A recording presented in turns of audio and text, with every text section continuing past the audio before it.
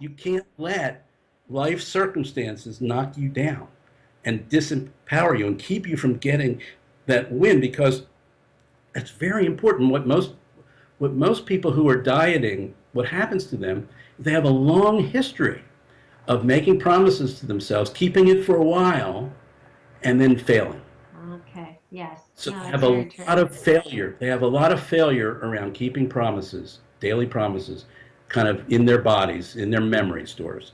And it's very demoralizing. And they actually don't trust themselves. When you really get down to it, they get all excited. They go on a diet. They say, I'm going to do this time.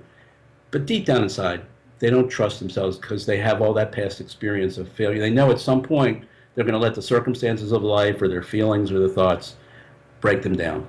Well, And that yeah, repetitive failures really is, and from what you're saying, is disempowering and really sets you up for future failure. absolutely. And that's what happens. So Right. you get all your energy together, you'll go on a program, and man, I'm going to do it this time. And you work really hard and you stick with it, and you fight through all that stuff, and then eventually you go, okay, well, I guess now it's time for me to fail because that's what I've always done.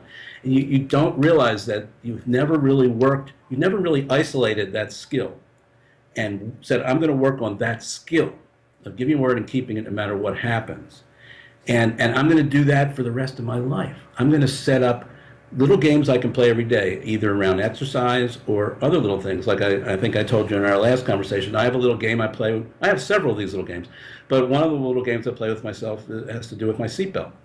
Oh, yes, So I remember you saying that. Yes. I have a little game where I wear my seatbelt. I have a promise to myself that whenever I get in my car, any car, I will put the seatbelt on 100%. Doesn't matter what the circumstances are. Doesn't matter how far we're going, how dangerous it is, not dangerous, whether it's reasonable to put a seatbelt on, whether other people would put a seatbelt on. I don't care. You put This the is seatbelt this is my game. on. Right. I want the win. I made a promise to myself. That's right. Yeah. And so I do that. I consistently wear my seatbelt whenever I'm in my car. And I even do it in situations that people who've been with me at the time have told me I'm crazy.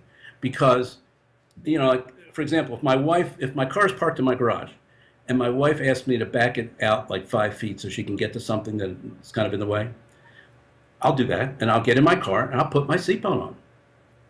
That, To that just, that's funny. Even if you're just going 2 feet.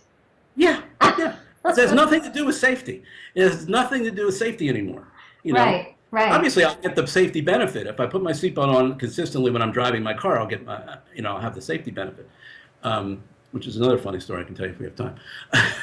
But I, it's just a game I play to empower myself because I know that ability to give my word and keep it. Yes. If I practice it with little games like my seatbelt, when it comes to my marriage, if something starts to go south in my marriage and I'm starting to have thoughts of, well, maybe I'm not going to keep my promises, uh, to be married, to work things out, I go, no, no, no.